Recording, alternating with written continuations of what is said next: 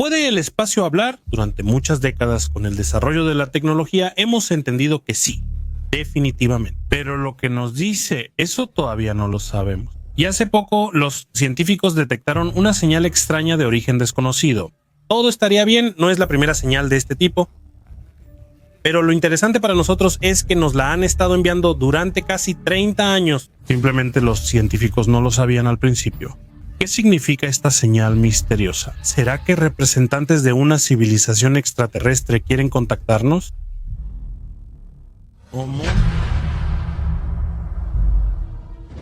La historia de las señales de radio espaciales inició en 1937, cuando el astrónomo aficionado Grodd Reber creó el primer radiotelescopio. Este invento ayudó a Reber a crear un mapa que muestra la estructura de radio de nuestra galaxia, así como a encontrar fuentes de ondas de radio fuera de la Vía Láctea. El trabajo del científico contribuyó al descubrimiento de la radiación no térmica. Ahora echemos un vistazo más detallado a qué son realmente las ondas de radio. Dado que las ondas de radio pertenecen al espectro electromagnético, su velocidad de propagación es igual a la velocidad de la luz. Los científicos han creado algunos proyectos para buscar señales de vida extraterrestre en el espacio cósmico. Las señales de radio permiten detectar esos indicios. Uno de los proyectos más conocidos se llama Búsqueda de Inteligencia Extraterrestre y muchos años de trabajo no han sido en vano. Durante este tiempo hemos captado varias señales de radio interesantes. Por ejemplo, en agosto de 1977,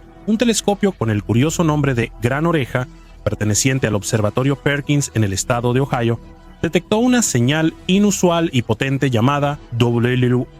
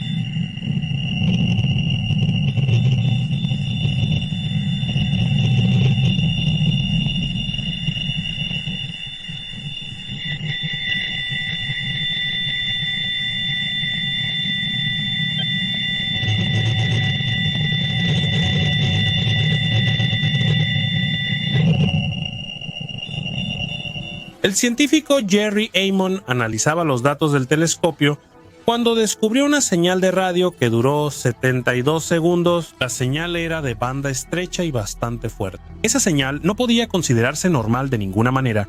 Por eso Amon la marcó con tinta roja en sus registros y escribió al lado de un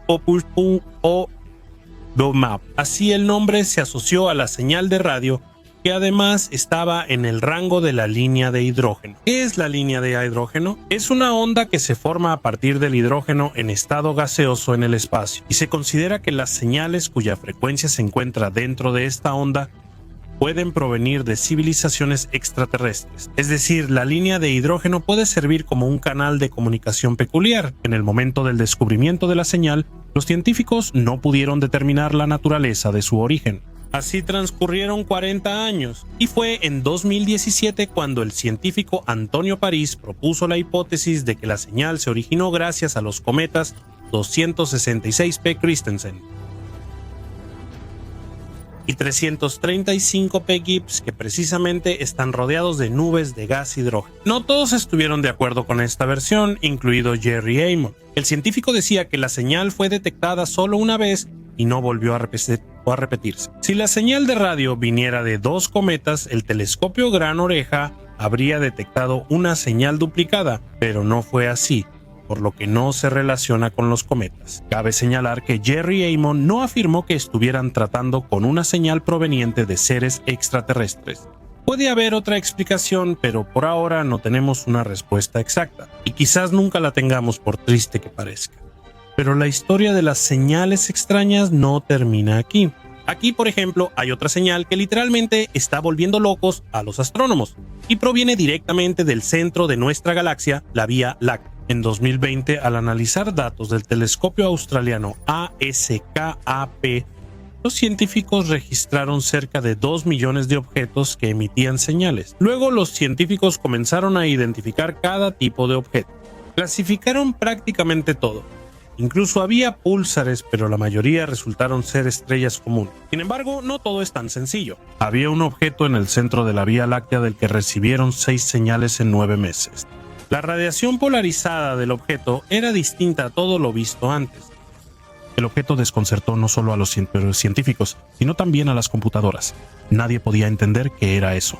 Para colmo, el hallazgo no aparecía ni en la luz infrarroja ni en la luz de rayos X.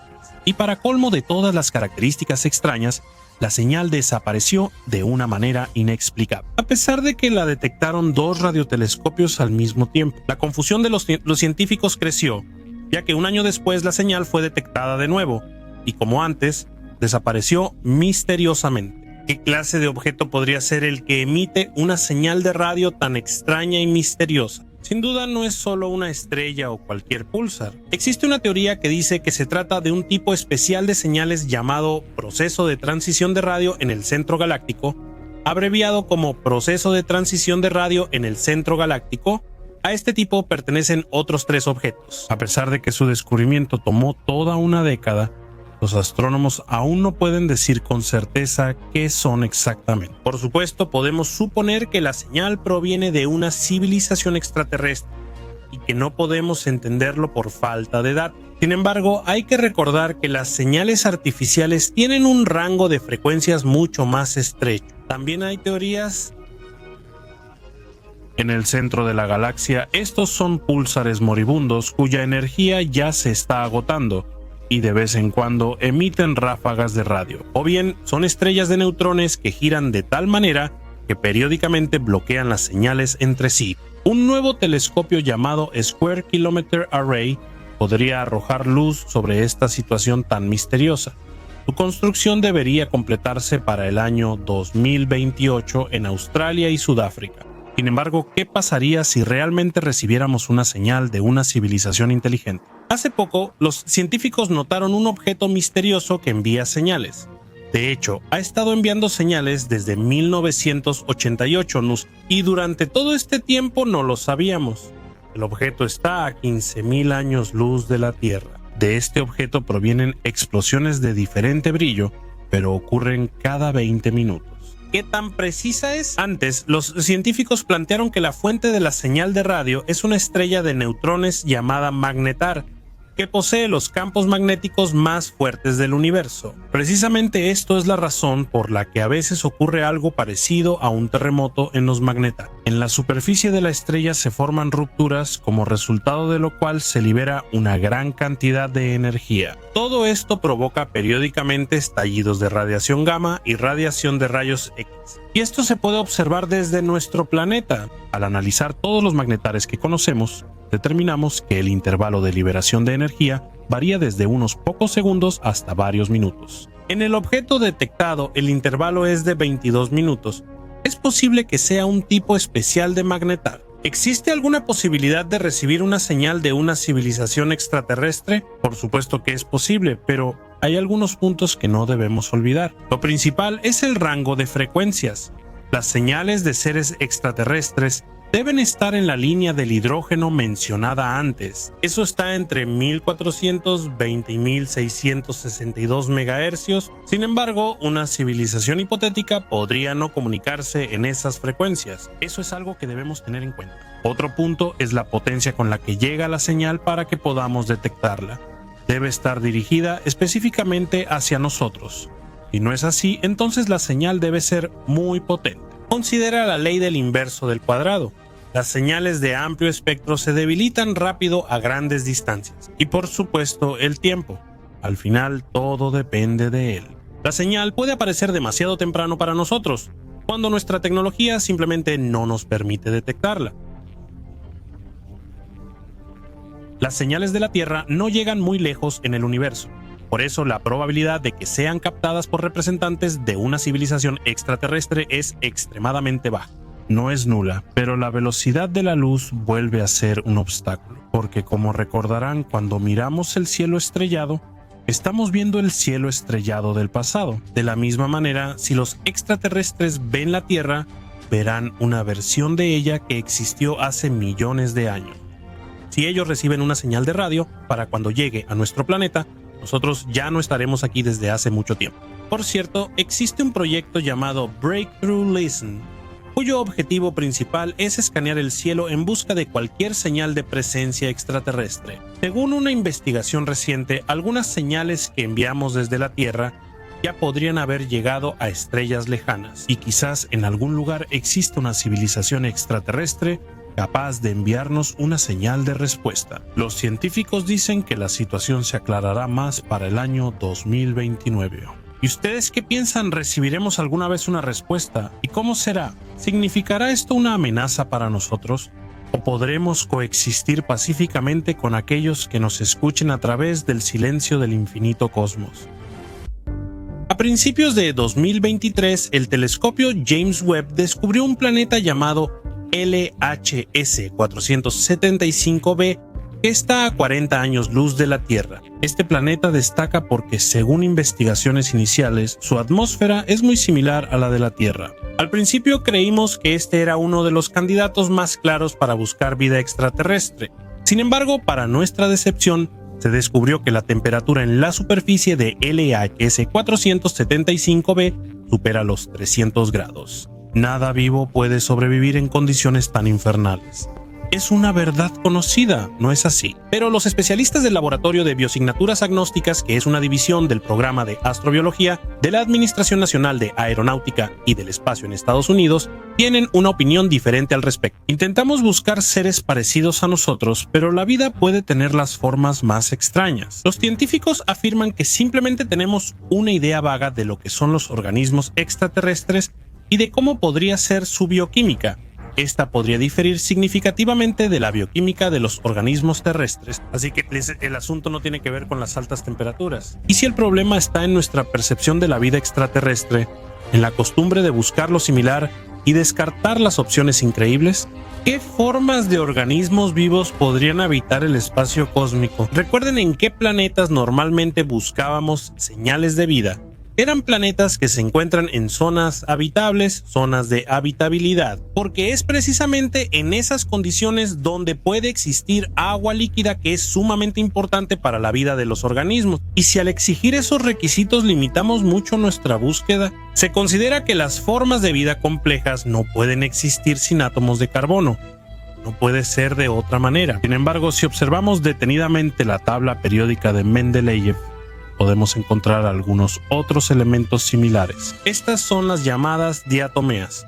Son diminutas y a primera vista no tienen nada de especial. Sin embargo, si les digo que lo que tienen delante no son solo algas, sino piedras vivas, son los únicos organismos en la Tierra cuyas paredes celulares no están hechas de cadenas de carbono, sino de dióxido de silicio. Julius Scheiner, un físico alemán del siglo XIX, propuso la hipótesis de que el silicio, al igual que el carbono, puede servir como base para los organismos. ¿Cómo crecerían estos organismos en condiciones terrestres? En teoría, en nuestro planeta podrían aparecer hongos de silicio, que más bien se parecerían a una piedra. Sin embargo, no durarían mucho porque simplemente se asfixiarían. En condiciones normales de la Tierra, el dióxido de silicio es arena, y el dióxido de carbono es un gas. Es decir, los organismos con átomos de carbono pueden existir tranquilamente en nuestro planeta, pero los organismos con átomos de silicio no.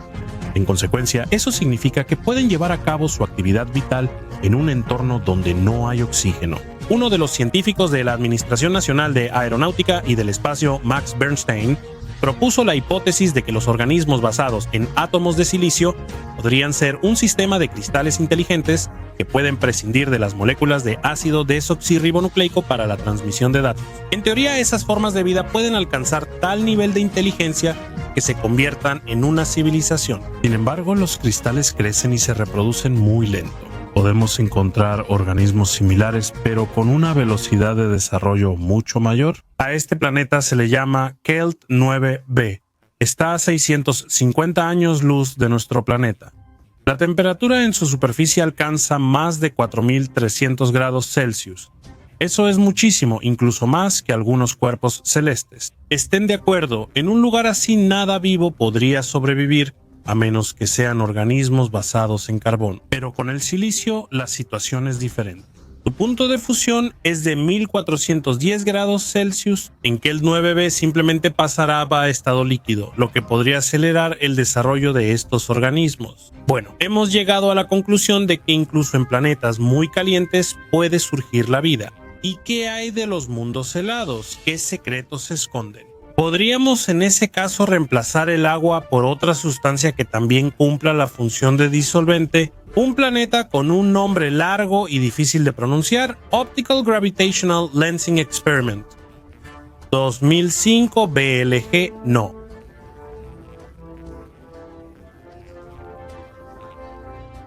Si no lo buscamos no podremos encontrarlo.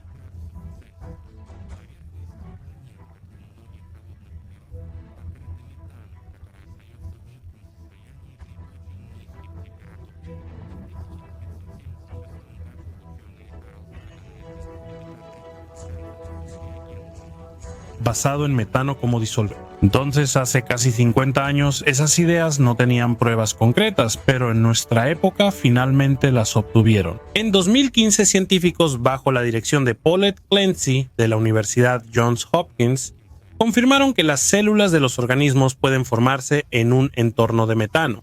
Se supone que la base de las paredes celulares podría ser el acrilonitrilo, que justamente se encuentra en el metano frío. A esas células se les llama azotosomas. Lo más interesante para nosotros aquí es que esas células pueden unirse entre sí y formar las llamadas colonias esféricas. Si un astronauta entra accidentalmente en esa esfera, morirá instantáneamente por congelación. Titán, satélite de Saturno, uno de los cuerpos más enigmáticos del sistema solar.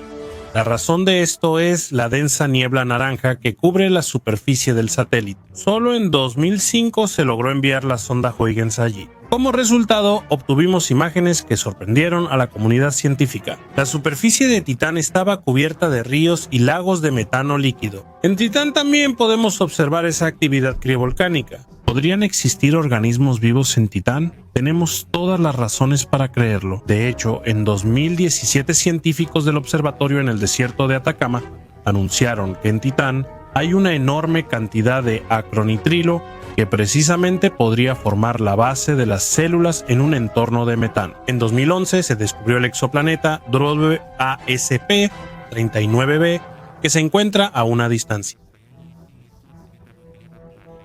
Atrajo la atención de la comunidad científica porque en la composición de su atmósfera hay simplemente una enorme cantidad de sulfuro de hidrógeno. Y esto también puede servir como prueba de la presencia de formas de organismos vivos allí. El profesor de la Universidad de California, Jack Holt, sugirió que los organismos vivos podrían habitar no en la superficie misma del exoplaneta, sino dentro de él, obteniendo energía del núcleo del planeta y no de la estrella. Y es precisamente el sulfuro de hidrógeno el que puede mantener la actividad vital de esos organismos. Podrían ser especies quimiosintéticas que funcionarían normalmente bajo la superficie, en el magma fundido. ¿Cómo se verían esos organismos? Tendrían algo parecido a grandes placas, con las que podrían obtener energía del sulfuro de hidrógeno.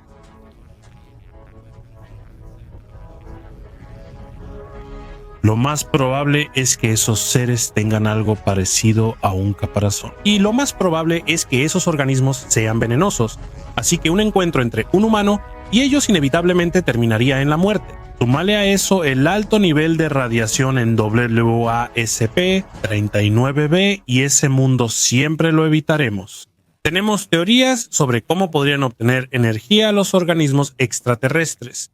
El científico británico Chris Impey sugirió que algunas formas de vida podrían acumular energía generada por la desintegración radiactiva, y bajo esa condición, la lista de mundos donde potencialmente podrían habitar organismos vivos se amplía considerablemente. Después de todo, las reacciones radiactivas ocurren en muchos objetos del universo. Por ejemplo, esta estrella de neutrones se encuentra a una distancia de 400 años luz de nuestro planeta. Este objeto mide unos 10 kilómetros de radio, pero es más pesado que el Sol. Por eso, las sustancias dentro de la estrella se comprimen y se forman neutrones. Aquí entra en juego la interacción nuclear, que puede crear cadenas de neutrones para transmitir información. Eso significa que pueden existir formas de vida a nivel microscópico.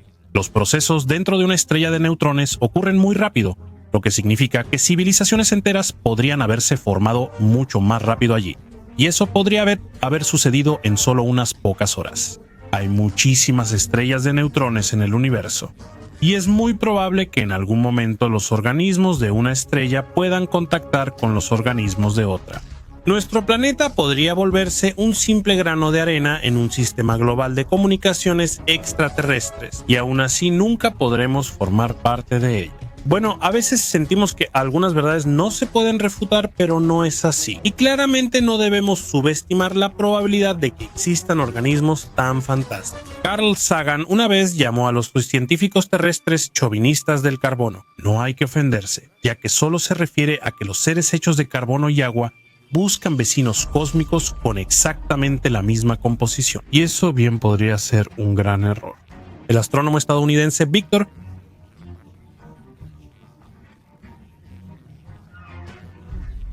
no significa nada para nosotros, pero sabemos que las historias de ciencia ficción pueden volverse realidad.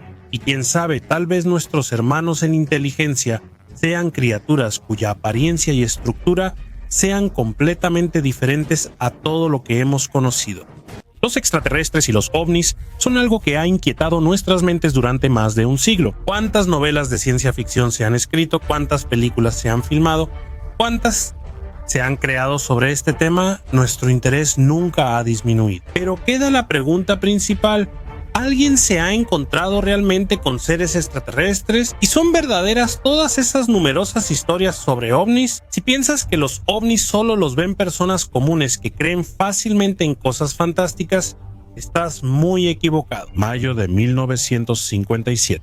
Para el piloto de caza F-86D Milton Torres, era un día de trabajo común en Kent, Inglaterra. Todo transcurría con normalidad, pero de repente a Milton le ordenaron eliminar un objeto volador de origen desconocido. Cuando el piloto estaba en proceso de cumplir su misión, notó que ese objeto realizaba maniobras que eran imposibles de hacer según las leyes de la física. El objeto giraba prácticamente quedándose en el mismo lugar, aceleraba a altas velocidades y luego se detenía por completo. Cuando Milton se acercó lo suficiente al objeto como para atacarlo, este desapareció repentinamente de los radares. El piloto volvió a la base sin incidentes, pero nunca supo qué era ese objeto ni por qué desapareció de los radares. Esto ocurrió en pleno apogeo de la Guerra Fría, por lo que la información sobre este vuelo fue estrictamente clasificada. Marzo de 1990, Bélgica. Era de noche. En los radares aparecieron objetos de origen desconocido. Esta información podría haber permanecido oculta para el público, pero el hecho es que en ese momento alrededor de 13,000 personas vieron los objetos voladores no identificados. Lo más interesante es que 2,600 aceptaron confirmarlo por escritos. Es un asunto serio, ¿no crees? La Fuerza Aérea de Bélgica no tuvo otra opción más que hacerlo público. A las 11 de la noche se observaron 3 objetos luminosos no identificados que se desplazaban hacia la ciudad. Se destacaron las siguientes características. Los objetos cambiaban el color de sus luces.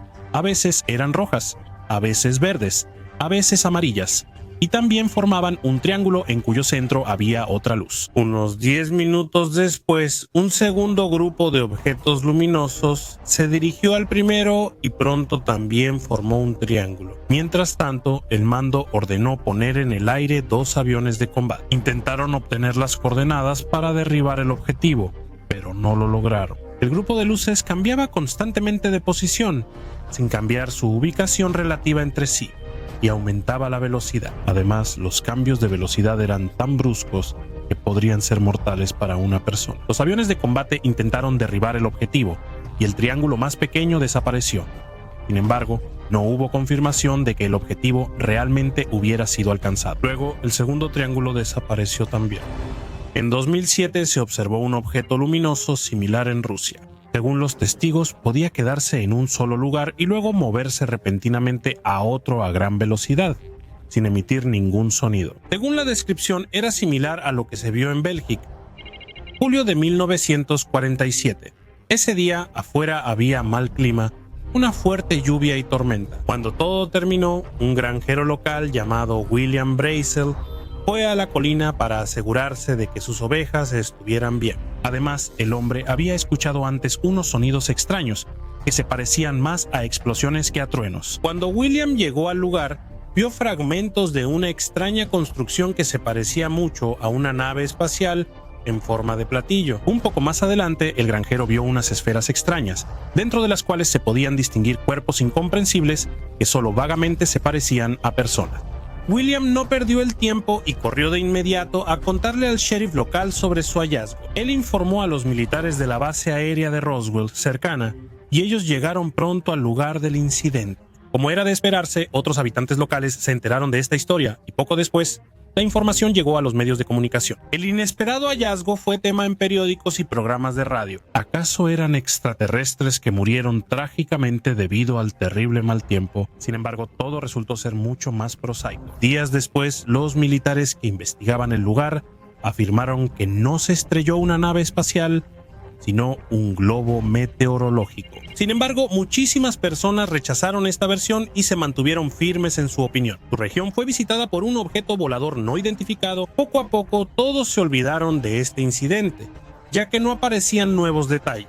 30 años después, en la década de 1970, Jesse Marson, jefe de inteligencia del 509 Regimiento Aéreo en la base de Roswell, concedió una entrevista. En ella, él afirmaba que en realidad la versión sobre la caída de un globo meteorológico no era cierta. En ese momento, los militares encontraron fragmentos de una nave de origen desconocido. En el lugar del accidente encontraron objetos bastante inusuales, por ejemplo, materiales de poca masa pero muy resistentes, una lámina sin posibilidad de arrugarse. Después de tales declaraciones tan impactantes de Marcel, también aparecieron testigos entre los habitantes locales que afirmaban haber visto el momento exacto en que cayó el platillo volador e incluso a los propios miembros de la tripulación. Desde entonces, esta historia se ha retomado y debatido repetidamente. No fue sino hasta 1994 que la Oficina de Rendición de Cuentas del Congreso de Estados Unidos investigó este caso. Sí, en realidad no era solo un globo meteorológico ni un platillo volador.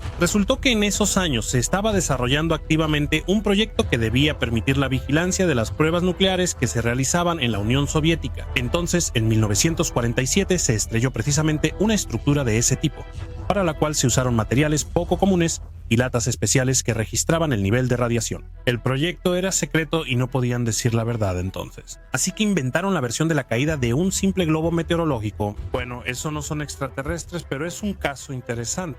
Por supuesto, los científicos intentaron de alguna manera sistematizar lo que de vez en cuando veían las personas comunes. Por eso, en 1947 se inició un proyecto llamado Libro Azul.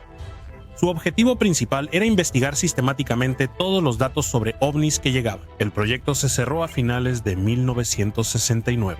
Los científicos recopilaron más de 12,000 casos de actividad de objetos voladores no identificados. Por supuesto, la mayoría de esas historias resultaron ser pura invención. En la Unión Soviética, tanto organismos especiales como ciudadanos comunes se dedicaban al estudio de estos casos. Aún hay registros de casos interesantes en archivo. Como mencionamos, el interés por los objetos voladores no identificados sigue vigente, incluso en la comunidad científica. Hace un año, la Administración Nacional de Aeronáutica y del Espacio informó que estudian seriamente actividades anómalas de origen desconocido.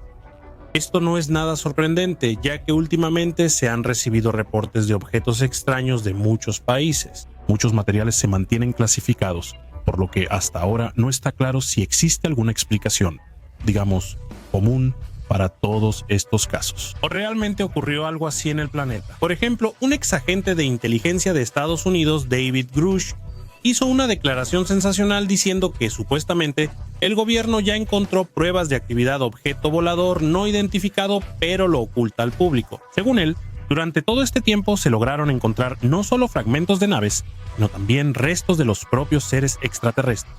David Grush afirmó que Estados Unidos ya lanzó programas secretos para buscar naves extraterrestres en la Tierra. La declaración de Grush fue respaldada por otros 2 empleados del Pentágono, quienes también afirmaron haber encontrado fragmentos de naves espaciales extraterrestres.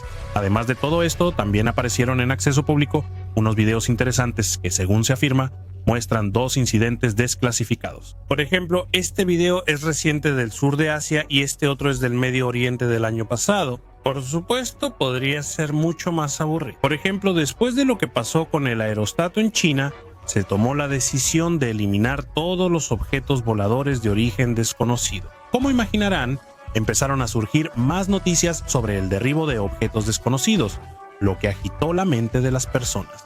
Consultemos las estadísticas. Según datos de la Agencia de Inteligencia de Estados Unidos, hasta mediados de 2022 diferentes departamentos habían recibido más de 500 reportes sobre objetos voladores de origen desconocido. Y ese es un número muy grande. La cantidad de reportes casi se ha duplicado. Sí, el tema de la vida extraterrestre y los ovnis no deja de interesar a la gente, incluso a pesar de que prácticamente todos los casos pueden explicarse o han sido reconocidos como falsos. Pero solo imagina por un segundo, ¿y si todos esos objetos no identificados en el cielo no son en realidad extraterrestres? ¿Y si es el gobierno desarrollando proyectos secretos? Y nosotros solo observábamos, no hicimos una declaración nacional suficiente de nosotros. La Administración Nacional de Aeronáutica y del Espacio es una asesina de la vida marciana. ¿Qué les parece esa declaración? Suena como algo irreal, como otra teoría de conspiración. Sin embargo, parte de la comunidad científica cree en esa versión. Pocos apoyan esta idea, pero lo importante es que existe. Estos pensamientos parecen extremadamente ilógicos, ya que los aparatos de la Administración Nacional de Aeronáutica y del Espacio que operan en otros planetas son especialmente tratados para que no puedan alterar de ninguna manera los procesos extraterrestres. La Administración Nacional de Aeronáutica y del Espacio presta especial atención a Marte, porque la idea de que alguna vez existió vida allí, o incluso que todavía existe, sigue presente en nuestras mentes hasta el día de hoy. Pero ¿qué pasaría si fue la propia Administración Nacional de Aeronáutica y del Espacio la que contribuyó a que la vida en Marte desapareciera? ¿Y de qué manera lo hicieron? Por ahora, no tenemos pruebas de que haya habido o haya organismos vivos en Marte, y si en algún momento encontramos estos indicios, pero no pudimos entender que eran precisamente eso y simplemente los ignoramos, como si fueran basura. Viajemos atrás en el tiempo. En 1975, la Administración Nacional de Aeronáutica y del Espacio lanzó el programa espacial Viking para estudiar Marte. Las sondas Viking 1 y Viking 2 fueron las primeras en llegar al planeta rojo y nos brindaron. Las sondas Viking tenían instrumentos especiales para detectar posibles organismos vivos. Hasta ahora, los vikingos son las únicas sondas con un arsenal tan amplio. Y lo más interesante es que 2 experimentos detectaron rastros de metabolismo en algunas muestras del suelo marciano. Además, otros experimentos también encontraron rastros de actividad metabólica. Sin embargo, durante los experimentos no se detectaron rastros de materia orgánica. Lo que es muy importante, los vikingos encontraron una pequeña cantidad de cloro, pero en ese momento no le dieron mucha importancia, ya que los astrónomos pensaron que era residuo del material con el que trataron los aparatos. En general, la misión de los vikingos no encontró en el planeta rojo señales de ninguna forma de vida, así lo consideraron los científicos. Sin embargo, no hubo unanimidad sobre este tema. Las principales observaciones estaban directamente relacionadas con la forma en que se realizó el experimento. Analicemos con más detalle cómo se realizó el experimento para detectar el metabolismo. Las muestras de suelo del planeta rojo se pusieron en una solución especial con isótopo radiactivo de carbono 14. Si hubiera microorganismos, habría reacción metabólica. Antes de la misión, este método se probó utilizando suelo de diferentes partes de la Tierra y en todos los casos el experimento mostró la presencia de microorganismos. Para garantizar la precisión del experimento, revisaron muestras de suelo lunar. Como era de esperarse, aquí el resultado fue negativo, sin errores. Sin embargo, en Marte fue positivo. Lo interesante es que 2 aparatos en distintos lugares dieron ese resultado al mismo tiempo. Al inicio se dijo que el resultado se debió a que las muestras de suelo fueron alteradas por rayos ultravioleta. Los científicos tomaron muestras sin exposición a radiación ultravioleta y nuevamente el resultado fue positivo. Al calentar las muestras a 160 grados, el resultado fue negativo. El metabolismo se debilitaba significativamente cuando la temperatura llegaba a 50 grados. Al dejar las muestras en un ambiente de 10 grados por tiempo prolongado, el resultado se volvía totalmente negativo. Al final, los científicos llegaron a la conclusión de que no hay vida en Marte y que hay otra explicación para los resultados tan curiosos del experimento. Sin embargo, todavía hay quienes apoyan la versión de que en ese entonces Viking 1 y Viking 2 realmente lograron detectar signos de vida, solo que los científicos interpretaron mal los resultados. Como mencionamos antes, durante los experimentos no se detectaron compuestos orgánicos. Hay varias explicaciones de por qué sucedió así. La primera y más obvia es que simplemente no hay compuestos orgánicos allí. La segunda es que el experimento para detectar compuestos orgánicos no era perfecto, por lo que los resultados que daba estaban distorsionados.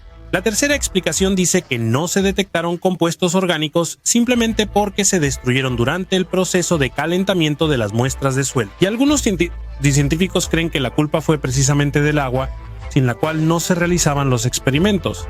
La cuestión es que supuestamente no se debía añadir agua. Es posible que los microorganismos en Marte se hayan adaptado a vivir sin agua. Si se les empiezan a regar, simplemente morirán, ya que no tendrán la posibilidad de adaptarse rápidamente a las nuevas condiciones de vida. Esto es algo parecido a los organismos que existen en los desiertos terrestres y que obtienen cierta cantidad de humedad simplemente del aire. No existe un trabajo científico completo sobre este tema, por lo que la opinión de la mayoría de los científicos no ha cambiado, pero tampoco los llaman asesinos en la Administración Nacional de Aeronáutica y del Espacio porque, como maníacos, hayan destruido metódicamente la vida en Marte, sino porque la pasaron por alto o la eliminaron accidentalmente en la misma muestra que estaban analizando. Toda esta historia nos dice que necesitamos organizar nuevas misiones a Marte para finalmente llegar a la verdad, más aún porque Marte sigue siendo el centro del interés general. El planeta rojo aún guarda muchos secretos, y el deseo de descubrirlos solo es alimentado por los especialistas de la Administración Nacional de Aeronáutica y del Espacio. En septiembre de 2023, la Agencia Espacial publicó una nueva grabación de audio de Marte. Esta vez, son los sonidos que emite Mars Oxygen In Situ Resource Utilization Experiment, un dispositivo especial instalado en el rover Perseverance.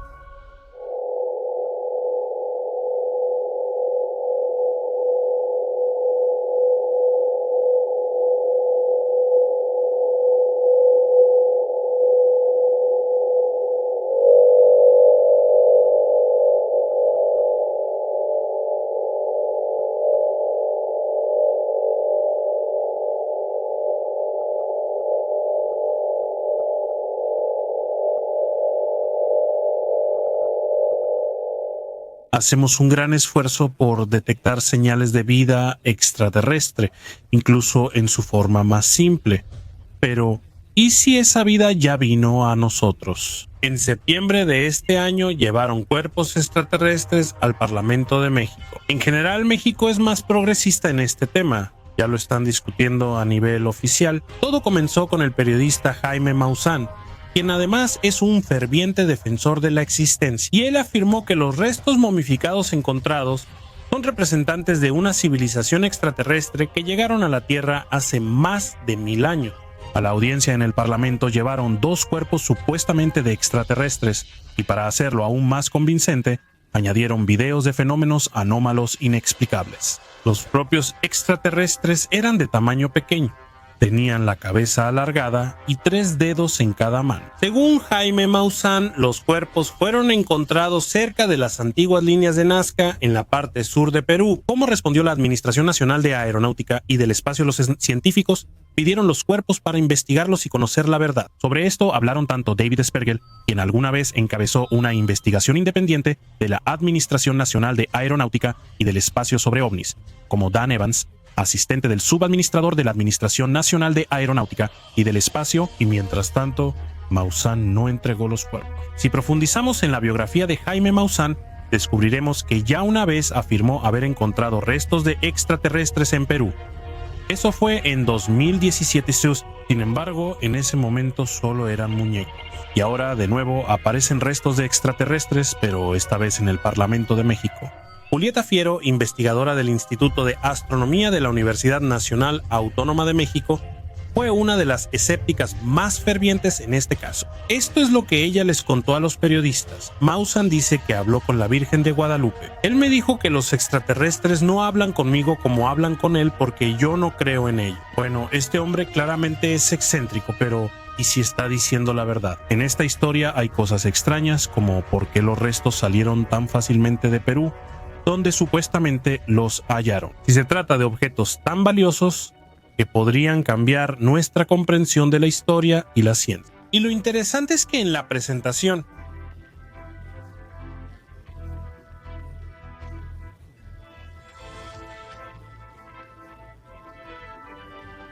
estuve en Kiev.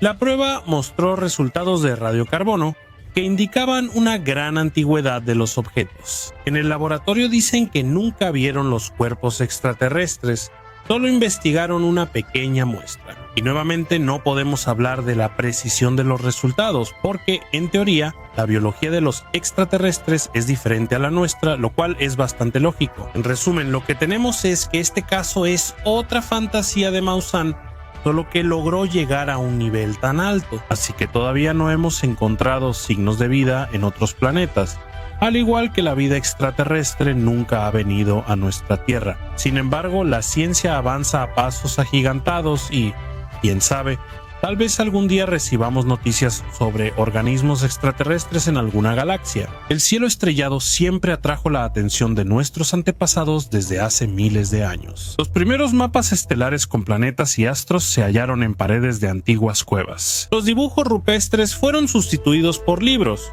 que hoy revelan cómo veían el cosmos las personas de esa época. A medida que nuestra comprensión de la estructura del universo se volvía cada vez más avanzada, y la tecnología se desarrollaba a pasos agigantados, comenzamos a descubrir nuevos mundos en el sistema solar. Por ejemplo, supimos de muchos satélites de Júpiter y Saturno, planetas grandes y verdaderos mundos helados. Y saben acerca de un planeta menor hipotético llamado Vulcano. A inicios del siglo XIX se creía que este planeta era el más cercano al Sol, pero después se descubrió que Vulcano no existe. Algunos científicos afirmaron haberlo visto a través de un telescopio, pero lo más probable es que solo fueran manchas solares. En 1980 hubo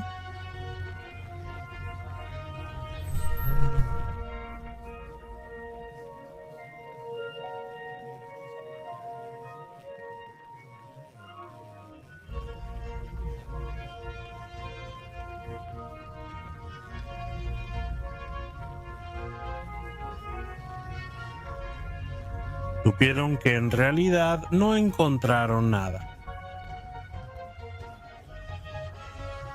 Recordemos también el hipotético planeta Faetón, que debería estar en algún lugar entre Marte y Júpiter. Vamos a detenernos en ella con más detalle. ¿Por qué este objeto ha interesado tanto a los científicos y cuáles son las probabilidades de que Faetón realmente exista? Por mucho tiempo, la ciencia espacial pareció estancada porque no se descubrían nuevos planetas. Sin embargo, todo cambió en 1781, cuando Guillermo Herschel descubrió Urano, que se convirtió en el primer planeta descubierto en cientos de años. Otros científicos tampoco quisieron quedarse atrás y buscaron un nuevo planeta, pero fue muy difícil. Entonces, la ley de Titius-Bode vino al rescate, la cual debía ayudar a determinar en qué parte del sistema solar podría estar escondido un planeta. Según esta ley, podría ser en diferentes momentos.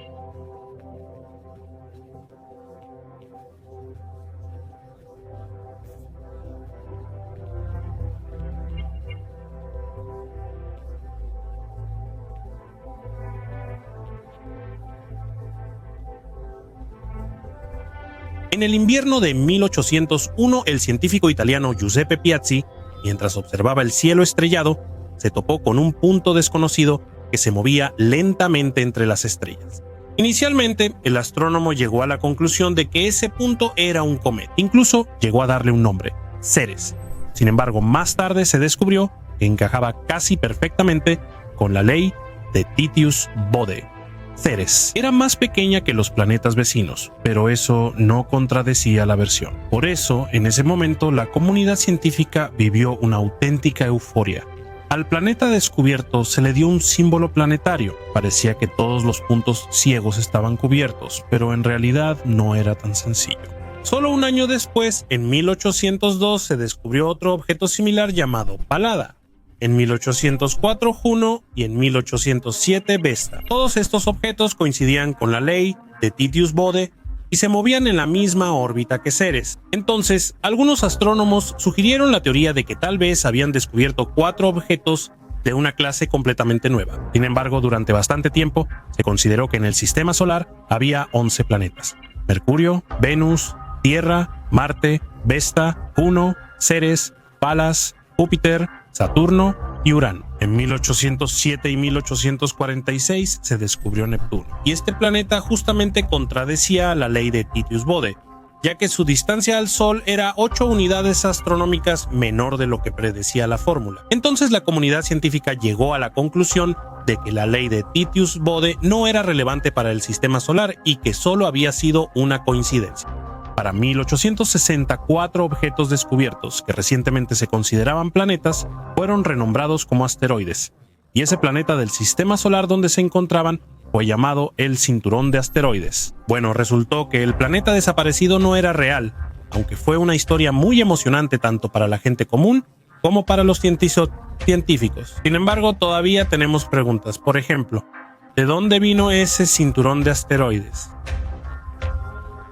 Henry Wilhelm Olbers propuso la teoría de que todos esos asteroides en realidad son fragmentos de un planeta que alguna vez existió. Nombraron ese planeta Faetón, en honor al hijo de Helios, dios del sol, quien recorría el cielo cada día en su carroza. Según los mitos, la carroza de Faetón se quemó cuando se acercó demasiado a la Tierra. Bueno, el destino de Faetón y el del planeta hipotético es algo parecido. Olbers supuso que el planeta Faetón se encontraba justo en la zona donde estamos. ¿Dónde estamos? En la zona donde estamos. En la zona, estamos en la zona donde estamos en la zona en algún lugar, y así.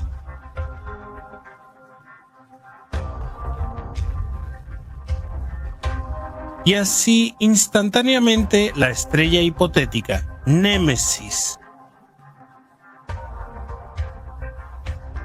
Entonces, es cierto que existió un mundo que fue destruido hace mucho tiempo, pero que dejó rastros en el sistema solar como los asteroides. No queremos decepcionarlos, pero eso es poco probable. El caso es que las investigaciones han demostrado que la masa total de todos los objetos encontrados en el cinturón de asteroides es solo el 4% de la masa de la Luna. Eso es catastróficamente poco para formar un planeta. Entonces, ¿de dónde vino el cinturón de asteroides? Ahora se cree que es lo que quedó de la época de la formación del sistema solar, hace 4.5 mil millones de años. Es lo que quedó del disco de acreción, un disco de polvo y gas que alguna vez rodeó al Sol. Precisamente de los fragmentos del disco de acreción se formaron los asteroides, los cometas y los planetas con sus satélites.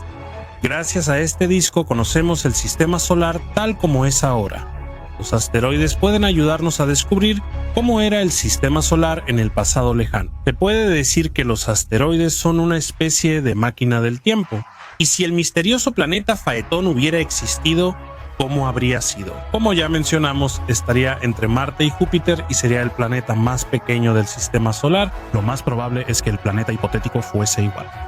Con una superficie rocosa, una atmósfera muy débil y sin campo magnético, lo que significa que tampoco tendría protección contra las partículas traídas por el viento solar. Sí, el misterioso planeta Faetón no existió, pero dejó una huella notable en la historia y, por supuesto, de alguna manera inspiró a directores de cine y escritores de ciencia ficción a crear obras sobre el espacio. ¿Y ustedes qué piensan? ¿Encontraremos algún día enigmas similares? ¿Un mundo misterioso?